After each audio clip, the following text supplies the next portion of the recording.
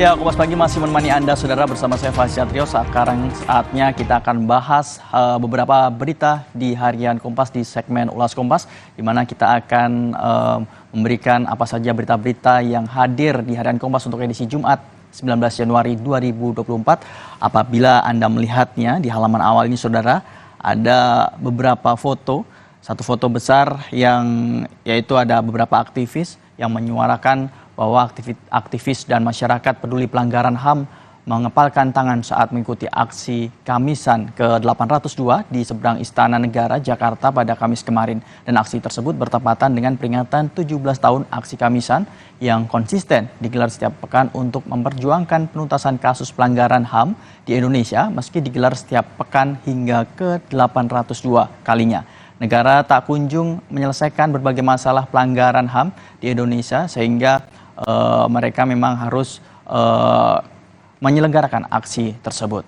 Dan Saudara, selain itu, selain dari foto di halaman pertama, ada juga mengenai liputan investigasi dari harian Kompas, di mana aparat desa terlibat dalam serangan fajar yang terorganisasi dalam memenangkan calon anggota legislatif pemilu 2024. Mereka membentuk tim pemenangan dari tingkat kabupaten hingga rukun tetangga atau RT untuk menyalurkan uang tunai kepada calon pemilih. Operasi pembagian amplop berisi uang tunai menjelang waktu pencoblosan atau dikenal dengan istilah serangan fajar ini dikendalikan perangkat desa. Sebelum operasi itu, mereka mendahului dengan pemetaan warga yang dapat dipengaruhi lewat pembagian uang tunai.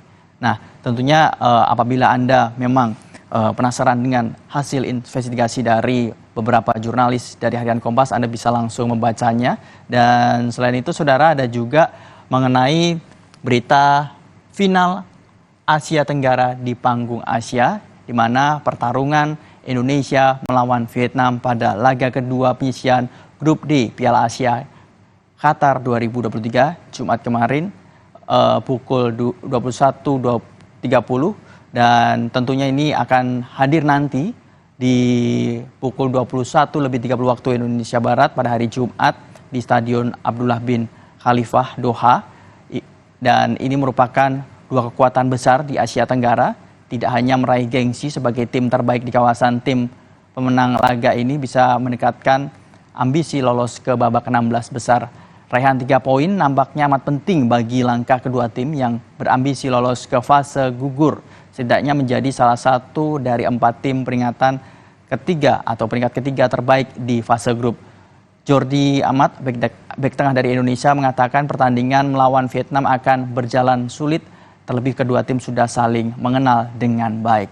Dan selain itu, Saudara, ada juga harian Kompas menghadirkan berita menarik lainnya di halaman 15, di mana dengan judul NU tidak dukung Capres. Nah, ini bisa Anda baca juga secara tuntas, dan kami juga akan sedikit memberikan informasinya bahwa Ketua Umum Pengurus Besar Nahdlatul Ulama Kiai Haji Yahya Khalil Stakuf menegaskan PBNU memiliki aturan terkait seseorang yang menduduki jabatan struktural di organisasi lalu terlibat atau ikut tim kampanye calon presiden wakil presiden, yakni harus nonaktif dari jabatannya.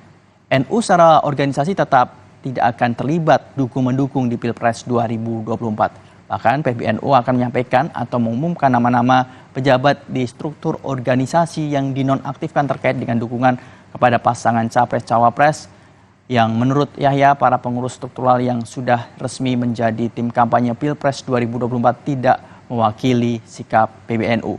Walau demikian, PBNU tidak melarang pengurus di struktural menentukan sikap termasuk menjadi tim kampanye para paslon. Dan tentunya, Saudara, bagi Anda yang ingin mengetahui berita apa saja yang diharikan di harian Kompas untuk edisi kali ini, Jumat 19 Januari 2024, Anda bisa langsung membacanya di harian Kompas dan membaca di kompas.id.